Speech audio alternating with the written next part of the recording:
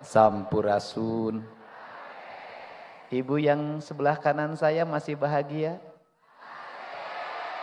Suaminya baik enggak?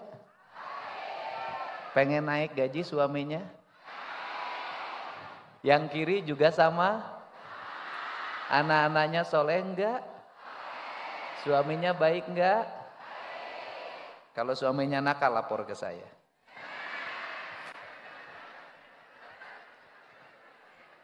Tapi jangan sampai nakalnya bareng saya. Semua keluarga besar PKK Provinsi Jawa Barat, dari tim penggerak PKK desa, kelurahan, kecamatan, kabupaten, kota, dan Provinsi Jawa Barat, saya ucapkan terima kasih atas kehadirannya. Semoga hari ini hari yang mencerahkan, membahagiakan, dan hari yang memberikan harapan. Berbahagialah orang yang masih punya harapan, dan rugilah orang yang sudah tidak punya harapan. Saya orang yang masih sangat berbahagia karena saya punya harapan calon Ibu Nihiang yang baru. Boleh enggak ya kawin? Enggak boleh. Kenapa enggak boleh? Karena itu punya Hyang sayang sama ayah.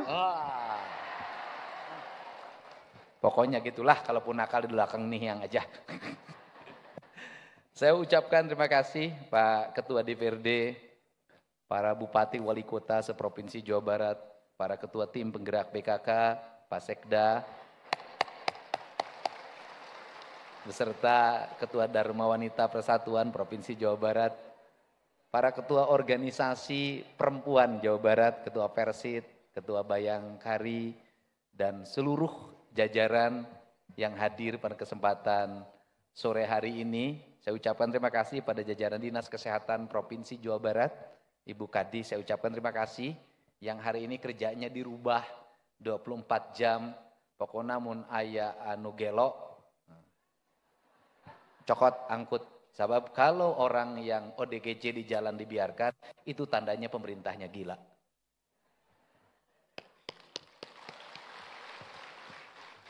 Itu tandanya pemerintahnya gila, pemerintahnya yang ODGJ. Kenapa? Dia membiarkan ODGJ berkeliaran di jalan. Karena sudah disiapkan ada rumah sakit khusus menangani gangguan kejiwaan. Dan saya tadi menangis ketika teman-teman dari RSJ tampil. Banyak orang yang menganggap saya punya kemampuan, saya punya empati, saya tiap hari dianggap berbuat kebaikan.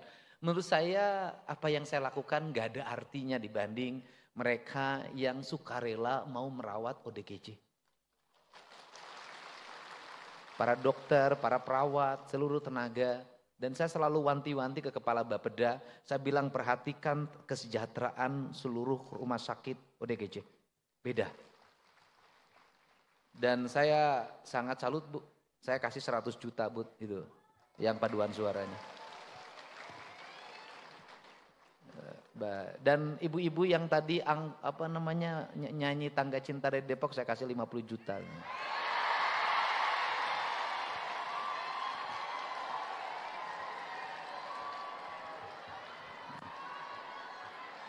Mau ngomong apa?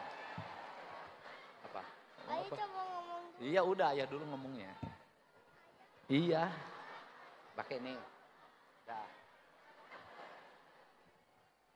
Apa? Apa? Ya udah, ayah ngomong. Udah. Tenang. Di sini tidak akan ada yang menyaingi Nihiang. Kabeh nini hungkul.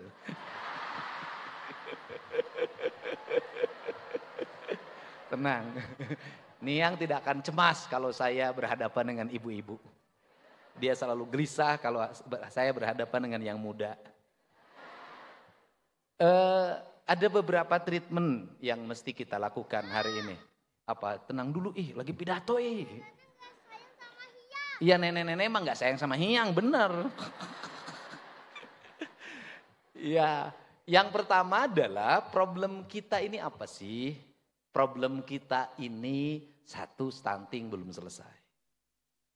Bapeda Jabar hari ini sudah mengalokasikan biaya untuk kader PKK melakukan pendataan terhadap problem kesehatan warga secara paripurna. Dan kemudian setelah nanti datanya masuk ke saya, nanti saya akan merumuskan kebijakan.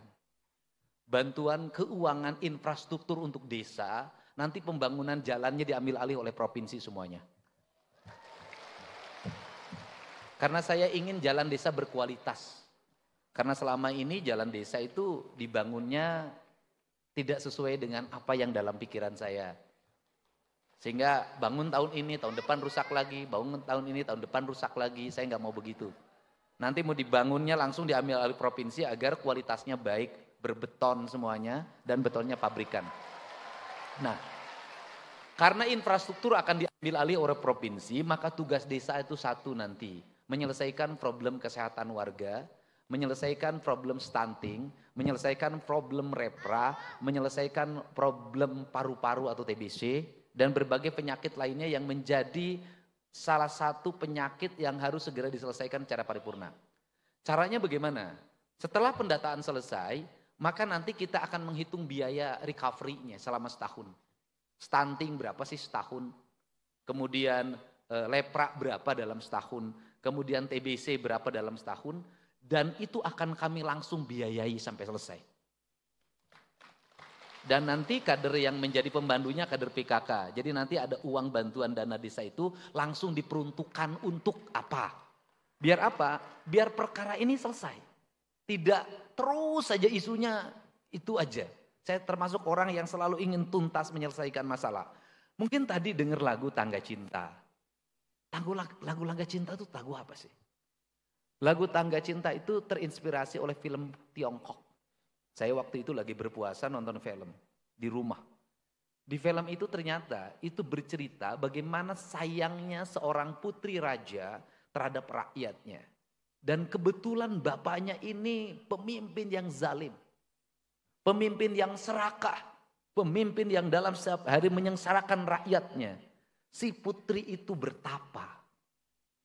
Dan dalam pertapaannya bahwa ayahmu akan kembali menjadi pemimpin yang adil kalau memakan kedua kelopak matamu. Dan kemudian putri itu mencongkel kedua kelopak matanya. Dan menyuruh pelayan kerajaan untuk mengantarkan kedua kelopak mata itu sebagai makanan lezat bagi ayahnya. Dan ayahnya memakannya dan putrinya meninggal.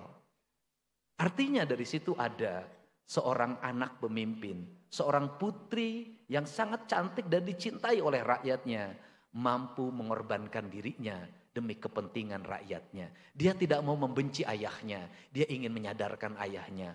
Kalaupun kedua kelopak matanya harus diberikan, bagi dia tidak ada masalah kalau itu untuk kepentingan kebaikan ayah dan kebaikan masyarakat.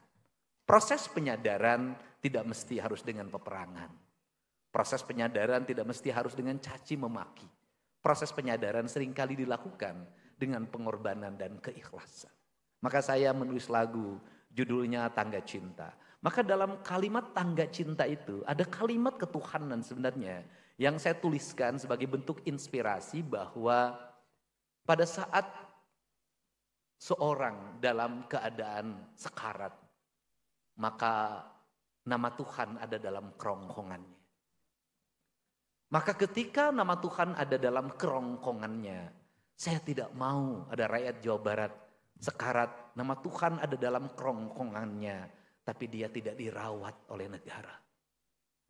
Dia diperlakukan tidak adil oleh negara. Negara tidak hadir untuk mengobatinya. Maka saya memilih bahwa saya ingin, andai katapun orang meninggal, karena pengobatannya tak mampu lagi menghentikan napas terakhirnya. Tapi saya ingin dia pergi dalam keadaan bahagia.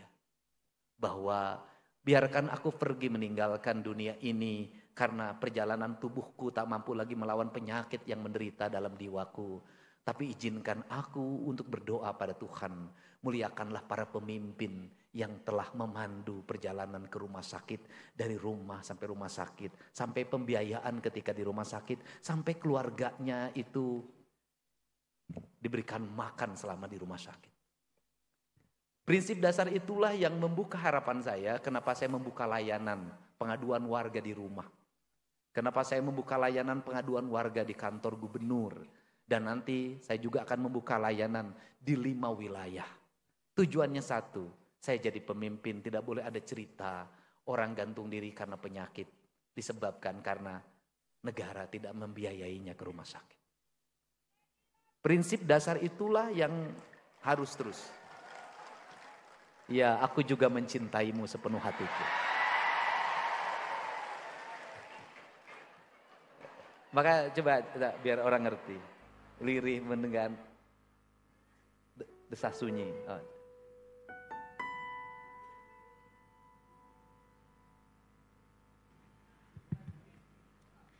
Lirih menyapa desah sunyi,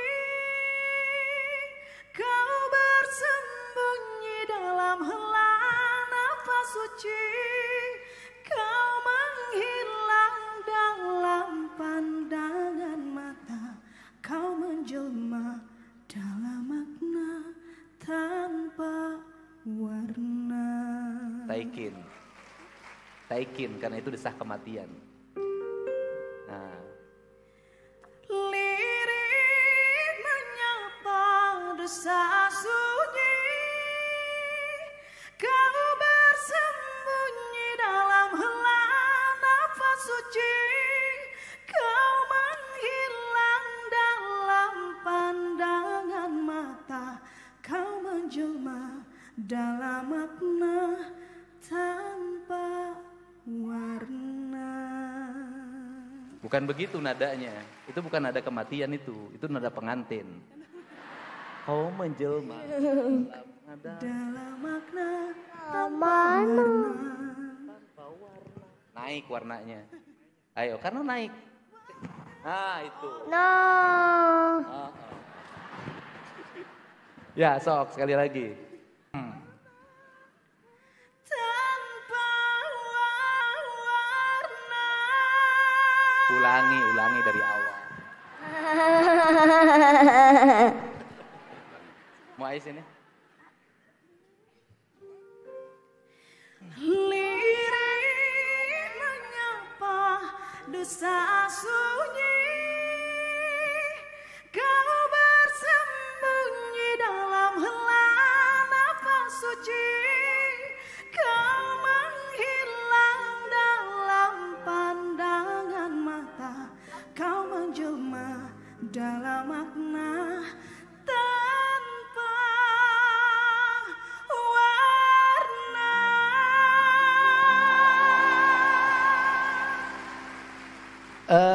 Coba perhatikan ketika orang mau meninggal. Ada nafas, bilang la ilaha illallah. Saya selalu melihat itu dan memperhatikannya dengan seksama. Dan saya melihat napas-napasnya kemana. Dan saya ingin orang Jawa Barat, andai kata pun dia menghembuskan napas terakhir, napasnya adalah napas kebahagiaan. Jangan ada kalimat begini. Udah pulang aja mah, udah. Enggak apa-apa. Jangan lama-lama di rumah sakit. Kamu makan nanti dari mana? Rumah sakitnya berapa biayanya? Saya nggak mau dengar itu. Maka kalimatnya adalah ketika la ilaha illallah yang terakhir dan kemudian ruh keluar. Bahasa saya adalah makna tanpa warna. Maka kita bicara lagi agama apa, keyakinan apa, golongan apa, organisasi apa. Semuanya sudah tanpa warna. Dan warna yang akan sampai pada Allah adalah celik putih, celak herang, caang bulan 14, jalan gede, sasapuan, tegenek, kemalekmut. Ruh suci yang tanpa kebencian, ruh suci yang tanpa beban, ruh suci yang kata orang Sunda, tesumurang katukang. Ini yang dimaksud.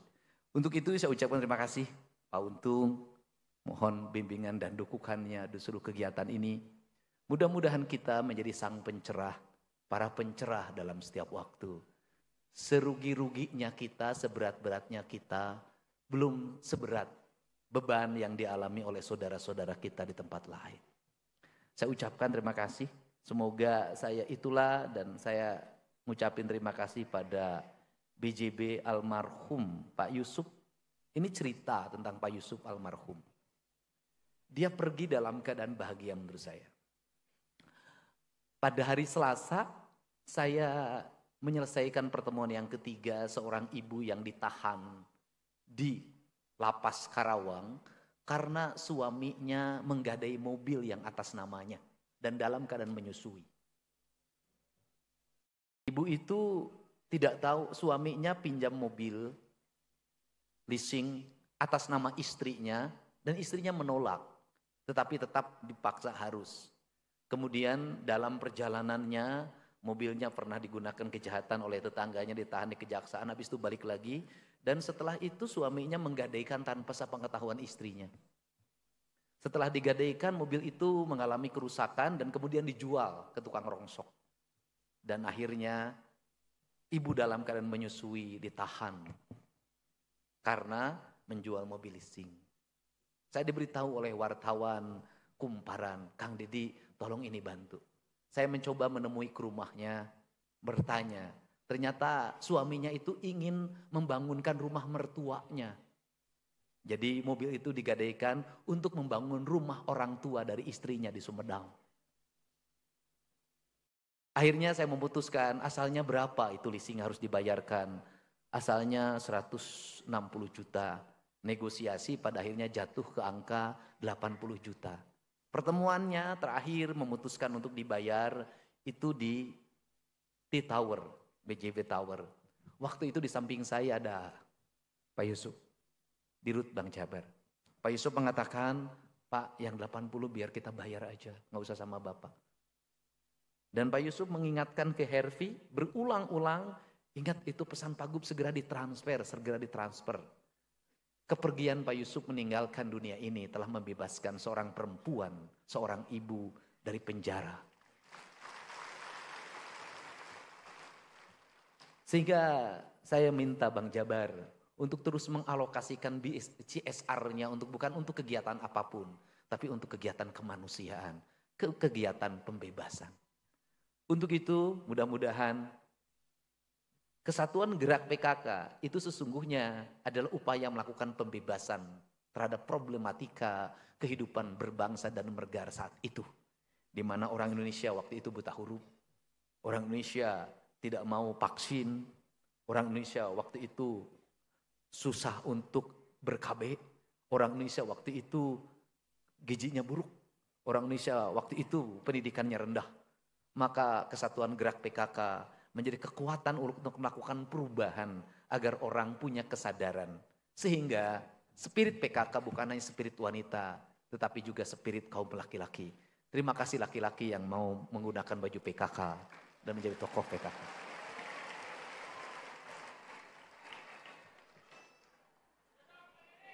Cuman itulah perempuan. Itu bedanya perempuan dengan laki-laki. Perempuan itu kalau laki-lakinya jadi pejabat, maka dia jadi pejabat. Kalau laki-lakinya jadi bupati, istrinya jadi ibu bupati. Suaminya jadi gubernur, istrinya jadi ibu gubernur. Jadi ketua PKK, jadi ketua Dharma Wanita, jadi ketua Persit. Lain kalau perempuan jadi bupati, suaminya tidak jadi papati, tidak. Tidak jadi ketua PKK. Kalau laki-laki jadi anggota DPR, maka perempuannya ada ikatan istri anggota DPR. Tapi kalau perempuan jadi anggota DPR, tidak ada ikatan suami anggota DPRD. Kalau suaminya jadi kolonel, istrinya jadi persit. Maka saya memilih untuk tidak beristri sajalah. Jauh lebih merdeka, jauh lebih bebas. Minimal saya tidak ada menegur duit saya dipakai apa dalam setiap hari. Itu juga masalah. Untuk itu saya ucapkan terima kasih. Terima kasih ke teman-teman UPI yang hari ini menjadi tim orkestra bareng dengan MK9. Dan kita undang juga ini idolanya ibu-ibu tahun 90-an. Teh Hetty Koes Endang.